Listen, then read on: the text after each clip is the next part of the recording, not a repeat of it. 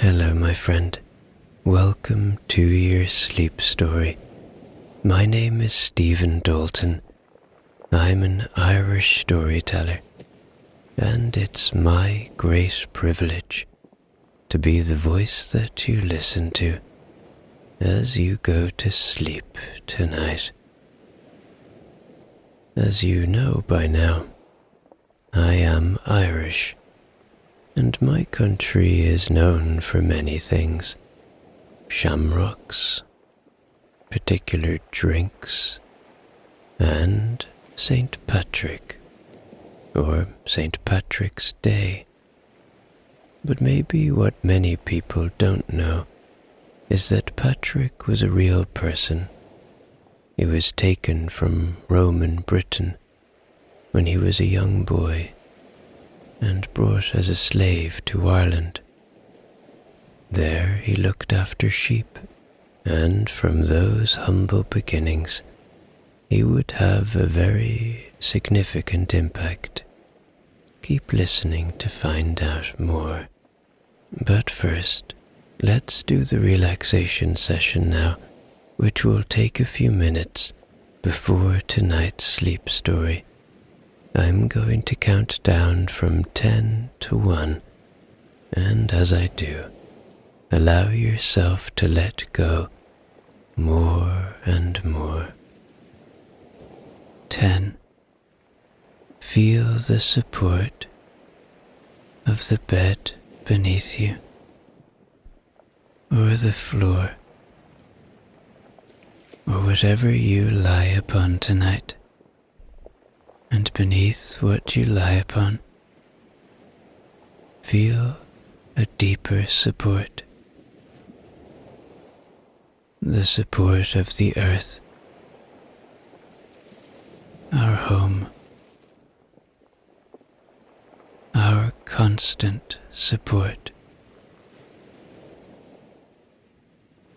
And as you become aware of that support, see if you can sink into this moment a little more now. Just let go. A little more now.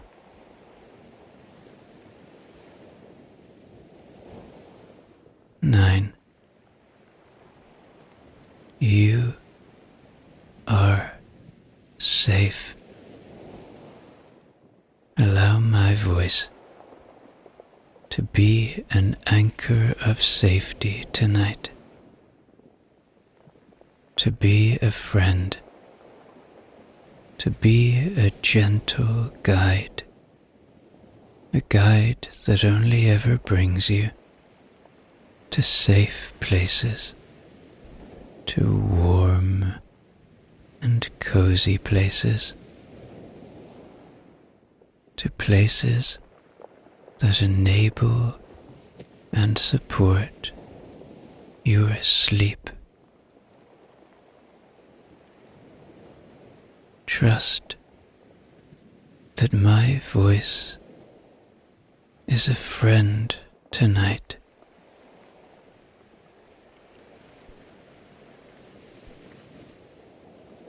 8. Feel into your body now. Notice where you might still be holding tonight. Notice where you may have pain or tingling or tension. Notice anything. Maybe you feel something in your feet or in your lower legs or your thighs or your belly, your chest, shoulders, arms, hands. Or maybe you're like me and you hold tension in your face. Just see if you can soften a little now. This is a time for kindness to yourself and to your body.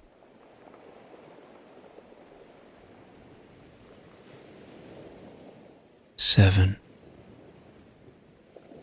The day is done. Whatever has been, has been. Whatever will be, will be. But right now, all you have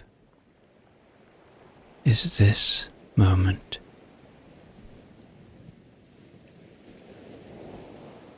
Your thoughts can't change what has gone before.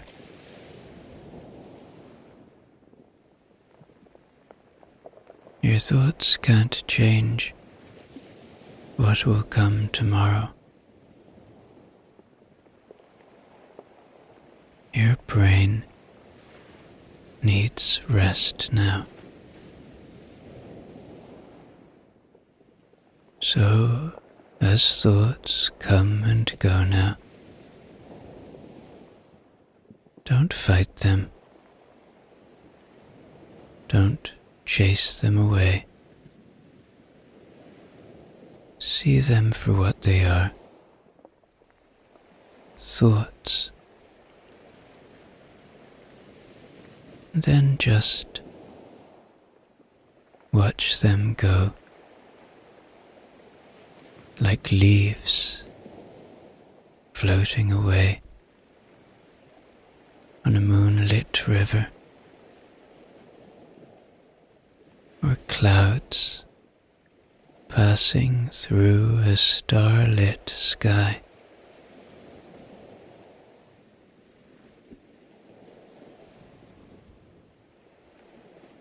Six. This is your moment. This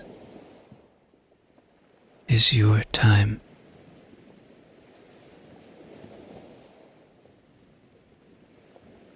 You have earned this moment of kindness to yourself.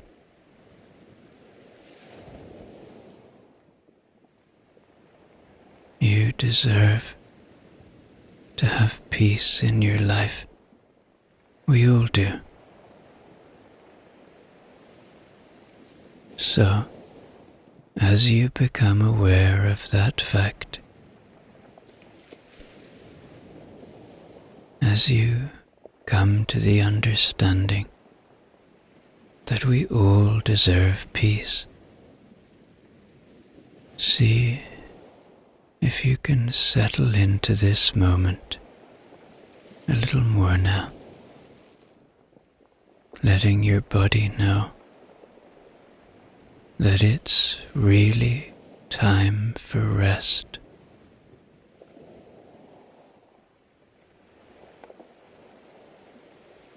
Five. Peace lives within you. It is a constant friend, waiting to be found, waiting to be felt. Where does it live within you? Maybe it's in your heart. Maybe it's in your head. It's up to you to find it. But I promise you it's there.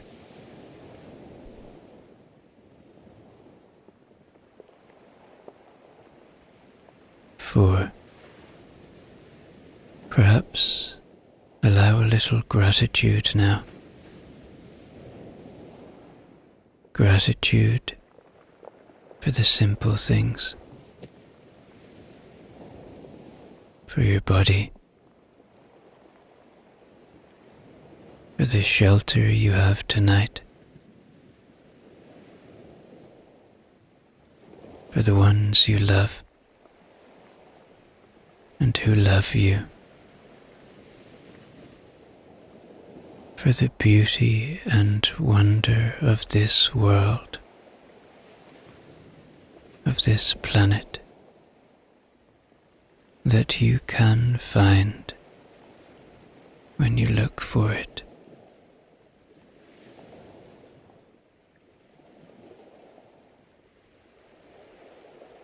Three, begin to engage with your imagination now. Begin to see Britain in the 400s, a different place to what it is now, and now begin to see Ireland at the same time. Green forests everywhere, high heather-covered mountains, sheep and people tending to them. That is the world you will be entering into soon, as you hear about the life of Saint Patrick. 2.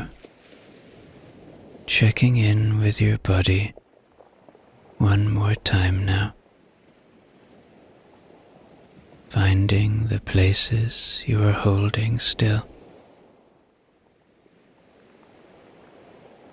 and allowing yourself to give in,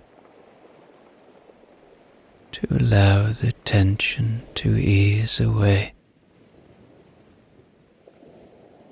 Your body has worked hard for you today. It's time to give it rest. And 1, completely letting go now, as I tell you tonight's sleep story.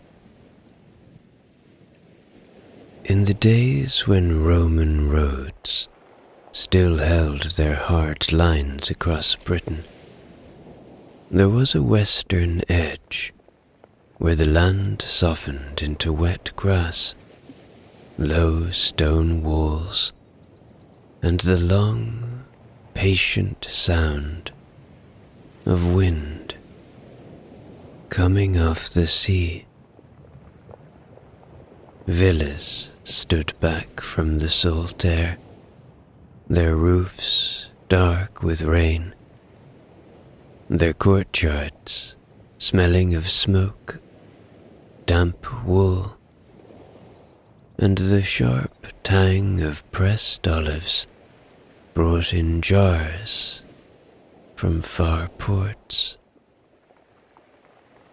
A boy named Patricius grew up there, near enough to the Latin of officials and traders, near enough, too, to the older speech of the countryside, spoken by farmhands as they worked the fields and watched the weather move across the hills. His family had standing. There were wax tablets, ink, stamped seals, a sense of order that came with rank. Yet daily life still turned on plain things. The scrape of a wooden spoon against a pot, bread cooling by the hearth, the grit of ash underfoot, the steady drip of water from eaves into worn clay bowls. He knew the feel of linen sheets dried indoors, the weight of a cloak after a day of rain. The way lamps made small pools of light in a room where corners remained dim and quiet. Outside, horses breathed in the cold, and the stable held that thick smell of hay, leather, and warmth. The boy learned what boys learn when a household is half turned toward the empire and half turned toward the land. He watched accounts being counted, then watched fences being mended. He heard prayers spoken in church Latin, then heard the older mutter of charms and sayings by the door, said quickly, as if no one should notice. There were times of bustle, visitors arriving with wet boots, a soldier's belt clinking, a messenger handing over a strip of written news, followed by the long stretches when nothing happened except the slow business of living, sweeping, feeding, carrying water, listening to distant dogs, watching the sky for the next squall.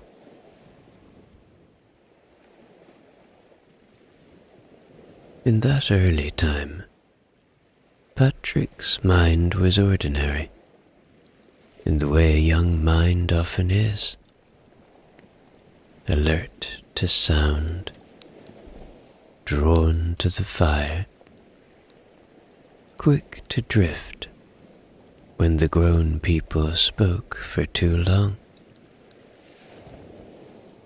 He had places he liked to stand, near the gate, where he could hear the cart wheels on stone, near the shore, where the tide made its own low talk, pulling and releasing. On evenings when clouds pressed down and the sea looked like hammered metal, he would feel the world as something vast and close at once, as if the wind had a message it kept repeating, in a language he almost understood.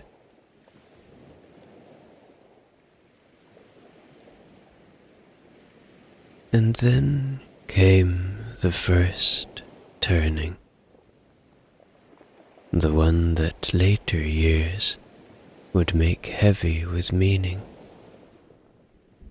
It began in an ordinary season of rough weather and uneasy sleep, with the house shut against the dark, and the fires kept going longer than usual. Beyond the safety of walls and fields, there were people moving along the coast, sailors, raiders, traders, who could become either, depending on need and chance. In those days, the border between a quiet night and a changed life was thin. The wind would rise, the dogs would bark, and somewhere in the black distance, oars would dip and lift with steady, practiced rhythm. The night itself did not announce what it carried. It moved as many nights had moved before it. Animals shifting in their sleep, wind blowing around the house, and within the house, embers settled inward, giving off a steady heat. A lamp burned thinly. The boy lay wrapped in wool, half waking at the sound of something not quite usual, a rhythm beneath the wind, a disturbance beneath the ordinary creak of beams.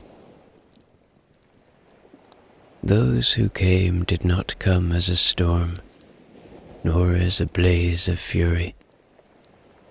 They came as men accustomed to the sea, stepping lightly, speaking little.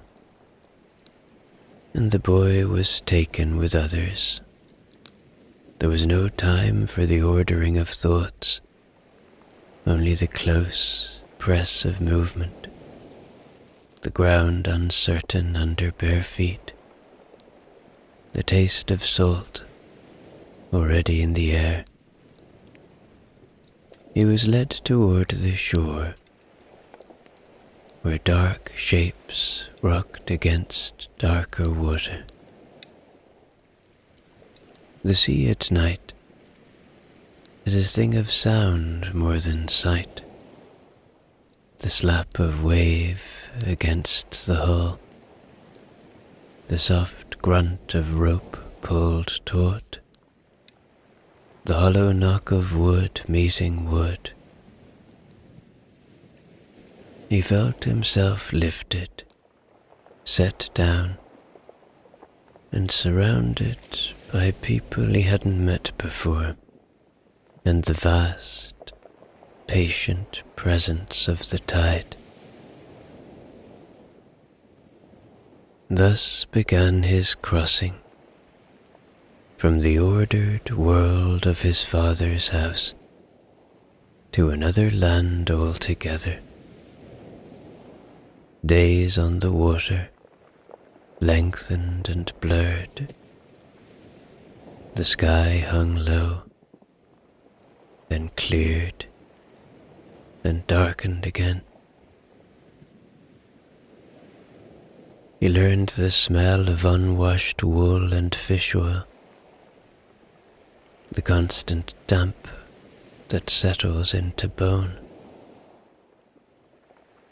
There were hours when he slept despite himself, rocked by the same motion that had carried countless others between these coasts long before his birth.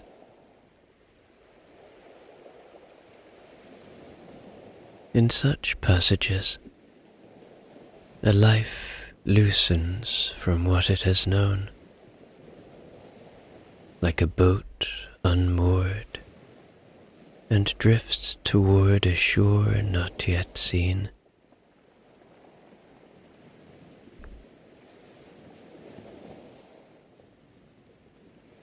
When at last they came to land, it was not the paved firmness of Roman stone that met him, but uneven ground, grass bending under wind,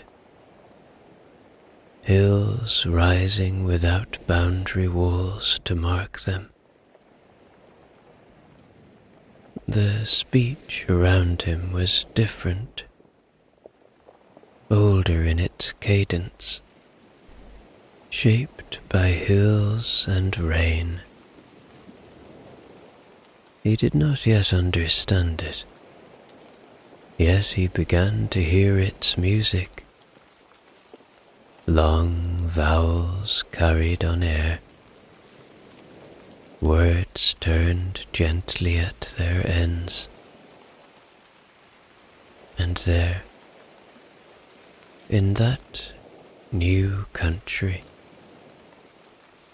the boy who had known accounts and lamps and courtyards entered into a quieter schooling,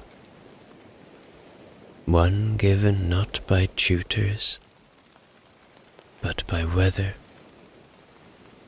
by solitude, and by the wide, unguarded sky.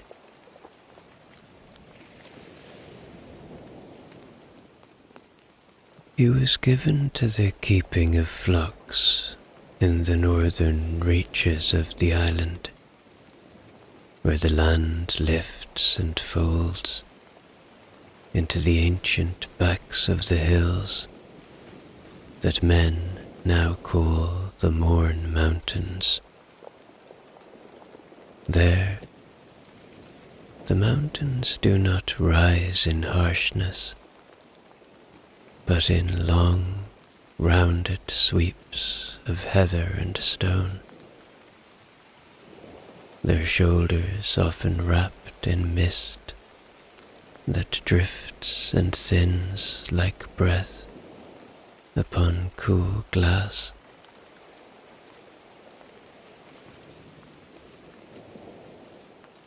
Streams ran clear over pale rock, making a constant, companionable sound.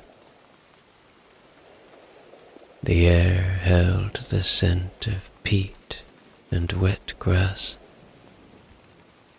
and when the light broke through the moving clouds, it fell softly across the slopes, turning the world silver for a quiet hour.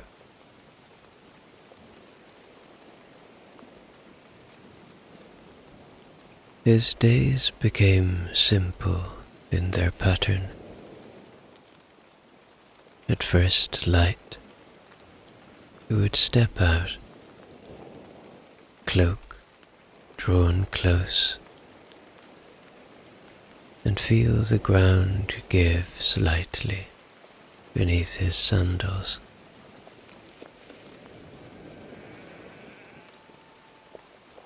The sheep moved as one slow body across the hillsides, their wool thick and faintly lanolin sweet,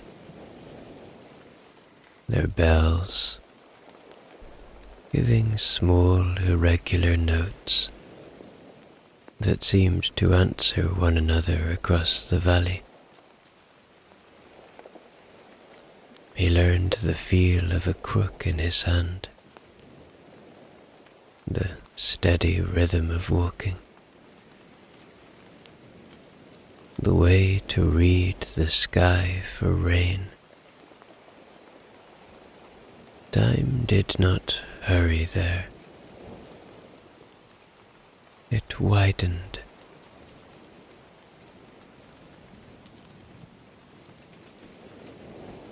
In that solitude, something in him, once restless, began to settle. The mountains did not ask him for rank or name. They did not speak of what he had lost.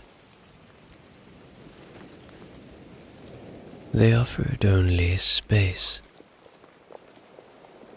wide horizons, long winds, and the patient turning of days. When clouds lowered, he would stand beneath them and watch the slopes disappear and reappear.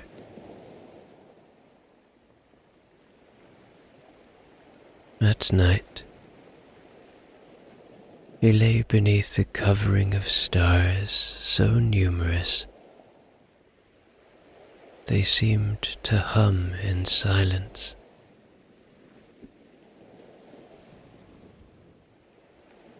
The dark was deep, yet it felt held like a vast cloak drawn carefully about the earth.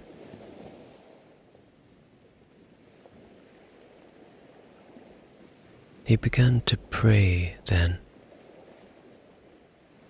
not in the formal tones of his childhood,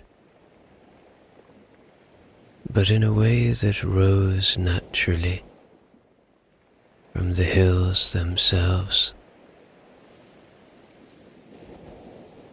Words came slowly, shaped by the cadence of wind and water.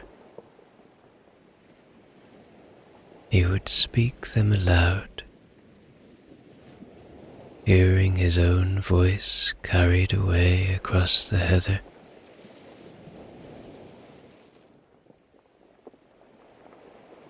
In the long hours of watching, guarding, listening, his thoughts grew less crowded. What had once felt like exile softened into a kind of apprenticeship, a learning of stillness, of attention, of the nearness of something greater than walls and roads.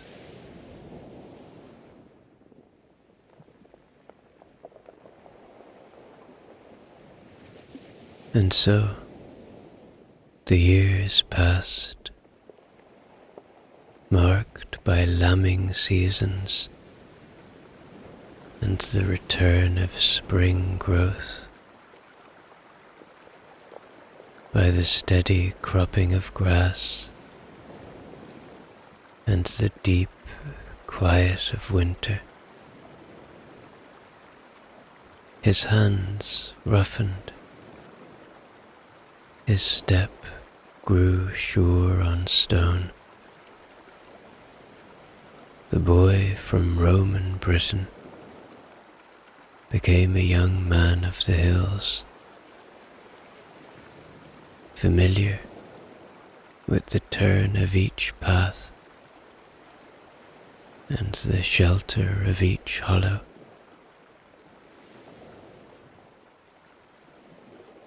And though he was far from home, the land did not feel hostile. It held him in its wide green arms, and in that holding, a new life was quietly taking root. In those years among the hills, he came to know the turns of the valleys, as one knows the lines of a familiar hand. The morn slopes were not grand in the manner of distant mountains sung of by travellers, yet they possessed a quiet authority. Granite showed through the turf in pale ribs. Heather lay close to the earth, dark and steady. And when rain fell, it did so with patience. He he kept watch from ridges where he could see toward the sea. The flocks grazed without hurry, lowering their heads in unison, lifting them at some shared signal only they understood.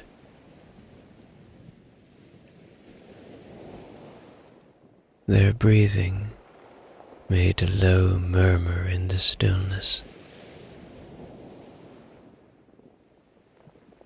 At lambing time, he learned to kneel in the grass and wait, to hold a small, trembling life and feel its warmth against the chill wind. There was nothing theatrical in this work. It asked steadiness, not display.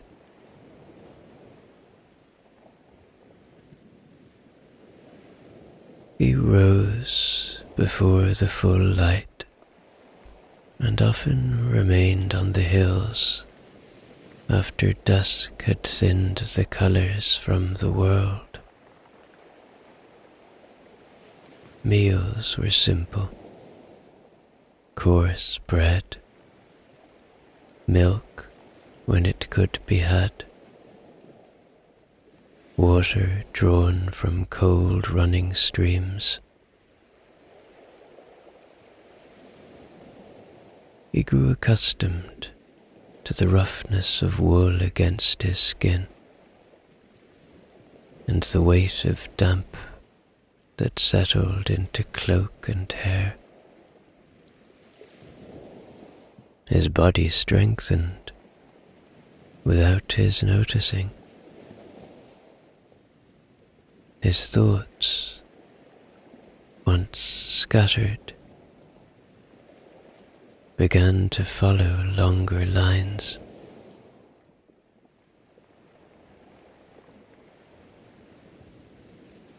In solitude, a man meets himself plainly, with no companion but sky and flock. He turned his mind toward the divine with a persistence that surprised even him. He spoke aloud at first to steady his heart, then silently, as habit formed. Prayer became as regular as the tending of sheep, not ornate, not crowded with argument, but direct. The hills offered space for such speech.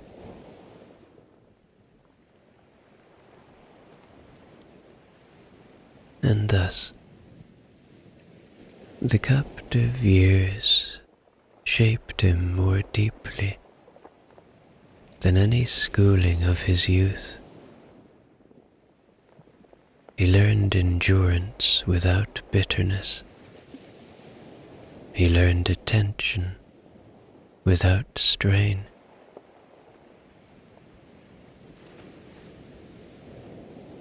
The mountains did not flatter him, nor did they oppose him. They stood as they had long stood, and under their watch he came to understand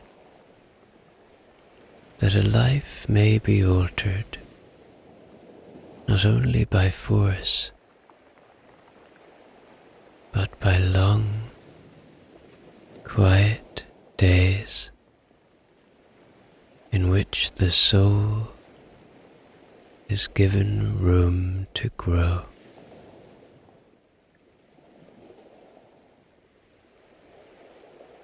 There came, after many seasons, a night unlike the others. He had settled himself in a small shelter of stone. The sheep gathered in a fold below, their shapes pale against the dim ground. The wind had fallen away,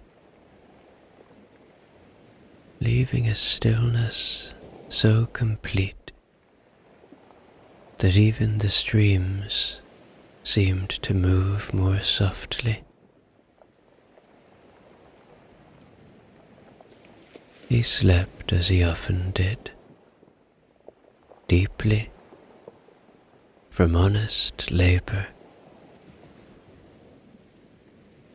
And in that sleep,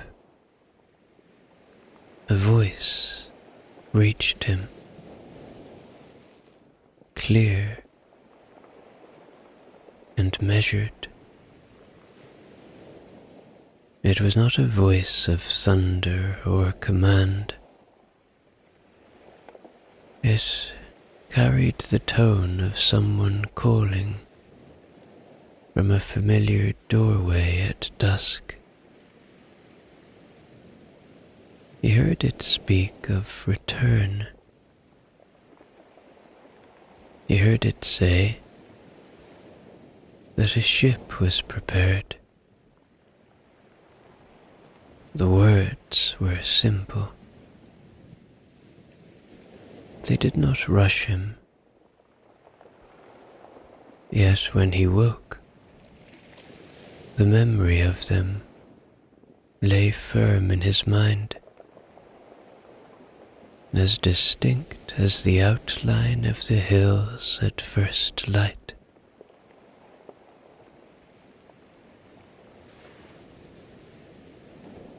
He rose before dawn and stood looking eastward. The air was sharp in his lungs. He felt no fear, only a steady knowing that the time among the flocks had reached its end. The sheep moved about him in their usual way, unaware of any change. He laid his hand upon the nearest stone, as though taking leave of an old companion.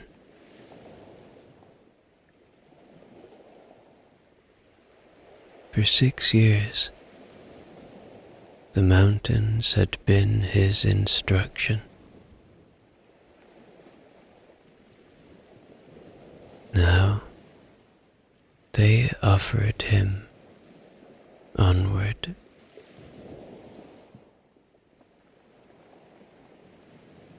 He started walking towards the coast.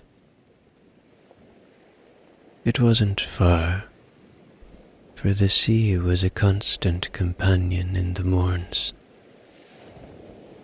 He passed low farms with smoke rising thinly, small enclosures of cattle, stretches of bog where each step required care. He spoke little to those he encountered. His purpose was inward and steady.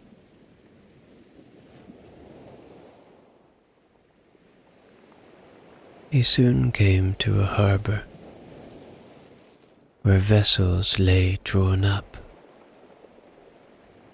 their hulls dark with tar, and at first the sailors refused him passage. He was young, weathered, without coin, yet he persisted quietly, asking only for a place among them. In time, they relented, and he found himself once more upon the sea, though under different skies than before. The wind filled the sail. The shoreline of Ireland receded into a grey line, then into mist. He did not watch it vanish with sorrow. He had come as a captive. He left as one changed, carrying with him the memory of hills, the sound of bells among sheep, and the quiet certainty that his life would not return to its former shape.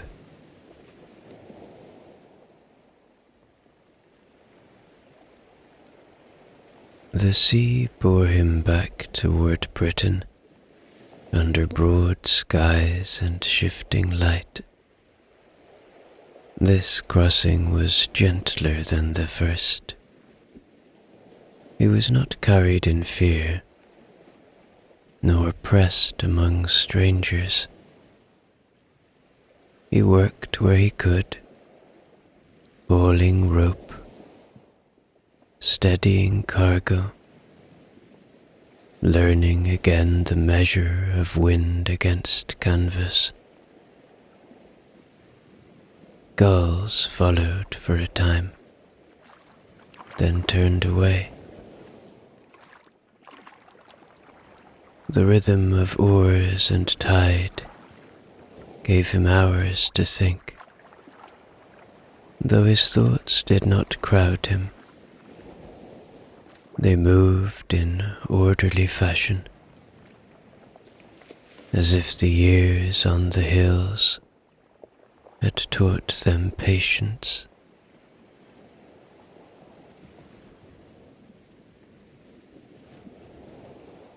When he reached his homeland, the roads and walls seemed at once familiar and distant.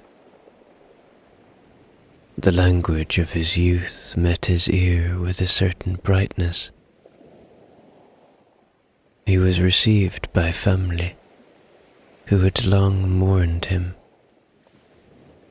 There were embraces, questions, tears kept and then released. Yet those who looked closely saw that he had altered. The boy taken had returned as a man shaped by solitude.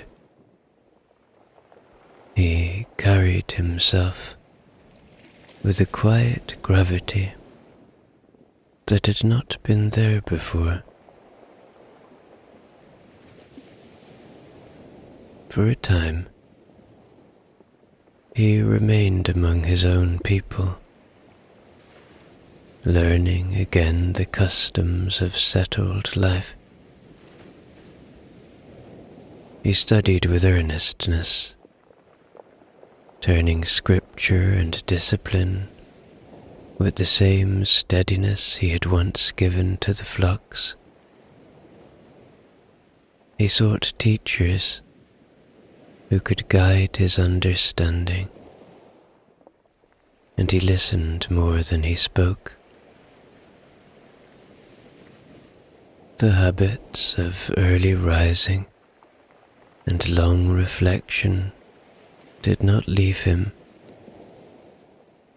Even within walls, his mind often returned to open ground and the wide sky.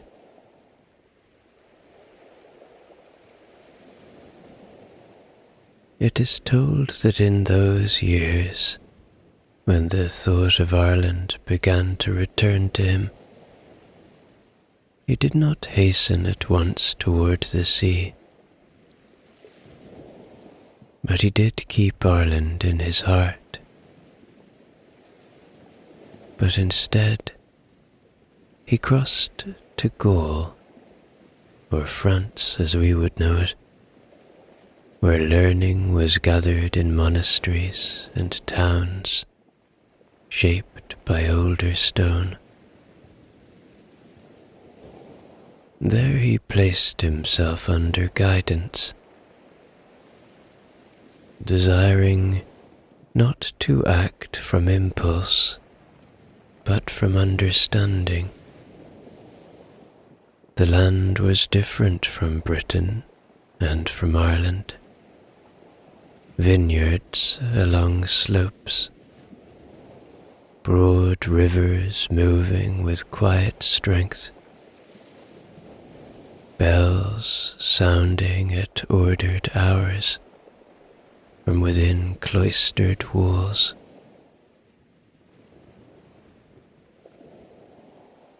He studied in places where prayer and discipline marked the day with steady rhythm.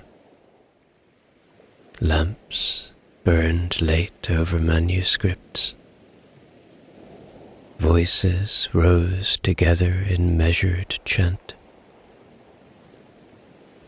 He listened to teachers who had given their lives to careful thought, and he allowed himself to be formed again. This time, not by solitude, but by community. The patience he had learned among sheep now served him well among scholars.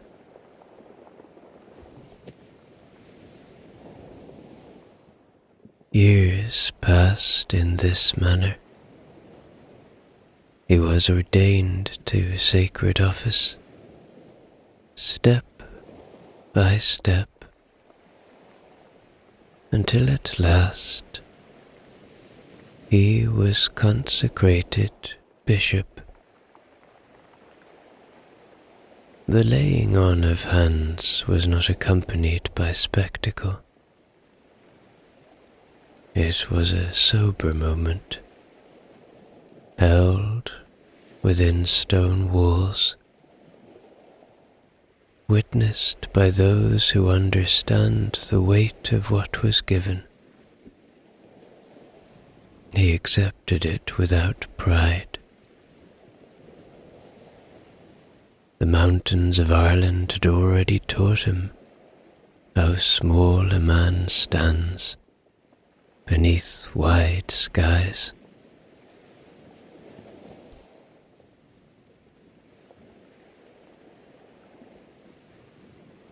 When word came that Ireland required a bishop to continue the work begun there, his name was set forward.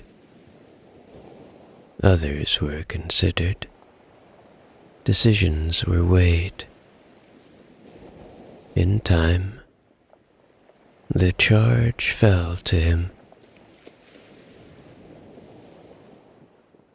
He did not see it as a return to hardship, nor as an escape from comfort. He saw it as a continuation of a path that had begun long before he understood it. And so, once more, he prepared for crossing. The sea that had carried him as captive, and later as free man, would now bear him as bishop. He gathered companions, books, simple vessels for worship, He took leave of Gaul with gratitude and turned his face again toward the western horizon, where the hills of morn lay under cloud and wind, waiting without knowledge of who was coming back to them.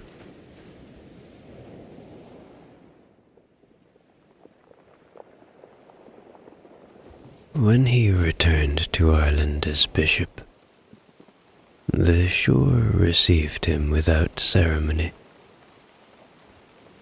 The tide moved in its accustomed way, drawing lines upon the sand and erasing them again. He stepped onto the same kind of uneven ground he had once crossed as a captive, though now his pace was measured and untroubled. A small company travelled with him, clerics, helpers, men accustomed to prayer and modest labour. They carried few possessions. What they brought was carried mostly in memory and in word. He did not seek the high places first. He went instead to the valleys and settlements, to farms bordered by low stone, to clusters of round dwellings where smoke rose gently in the morning air. He spoke plainly. He listened more than he spoke. By streams, he baptized those who asked it. The water, cold and clear around their ankles. In open fields, he taught of the faith he had come to know deeply during long years of solitude. There was no haste in him. He moved as one accustomed to seasons.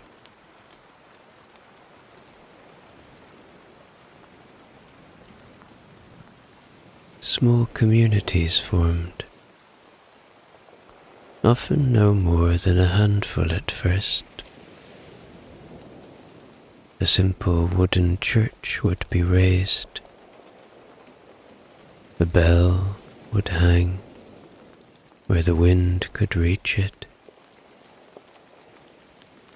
Days were marked by prayer at steady hours. The land remained what it had always been. Heather on the hills,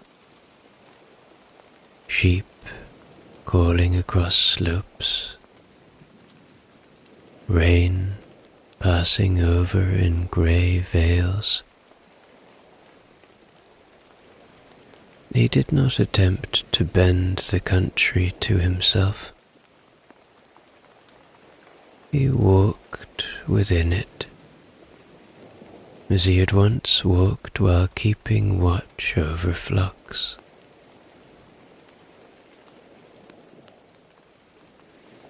There were difficulties, as there are in all undertakings. Some listened, some did not.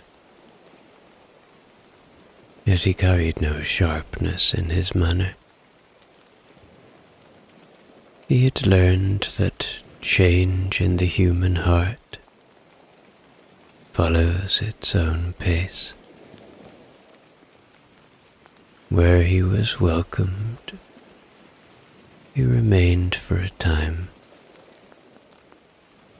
Where he was not, he moved on without bitterness.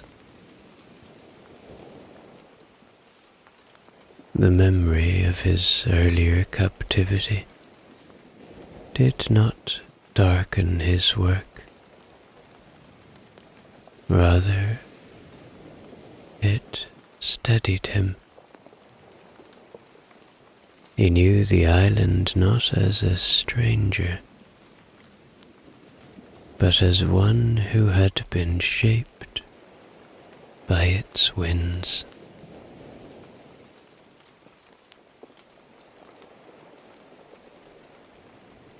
In this way, the years unfolded. Foundations were laid quietly. Teachers were trained. Letters were written in careful script. The faith took root, not through spectacle, but through repetition. Prayer at dawn, teaching at midday, silence at dusk. The land held its own rhythm, and he learned to place his work within it.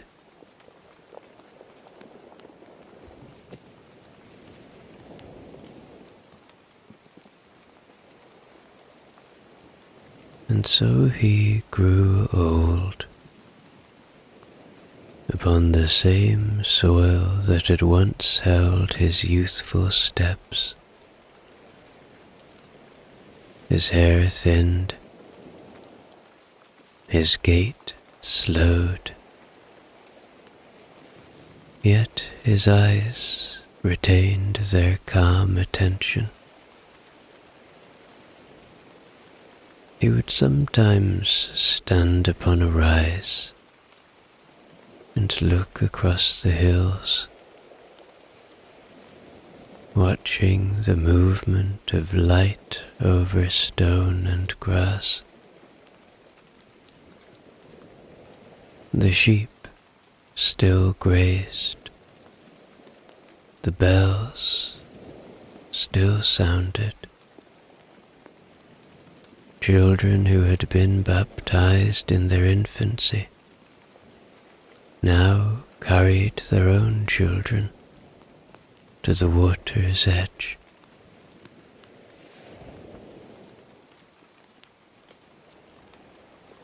In the quiet of evening, he gave thanks for a life that had taken turns he could never have foreseen. He did not dwell upon what might have been, had he never been carried from Britain. The path he had walked lay plainly behind him. Captivity, solitude, study, return. Each part had prepared the next. He accepted this without adornment.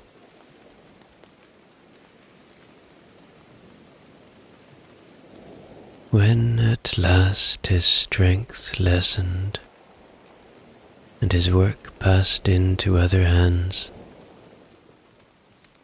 he did not see it as an ending, but as a continuation.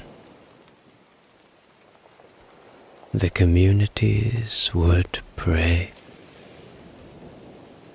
The bells would ring. The streams would run as they always had.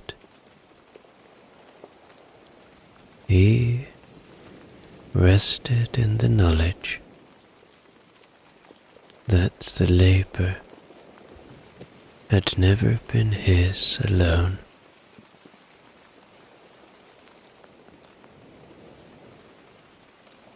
Thus we remember him, not only as bishop or missionary, but as the shepherd of his own early years, a man who learned patience from hills and constancy from sky. The land of Ireland, with its stone and rain and long horizons, had once received him as captive. In time, it received him as servant, and long after the passing of Saint Patrick, the quiet pattern of his work endured,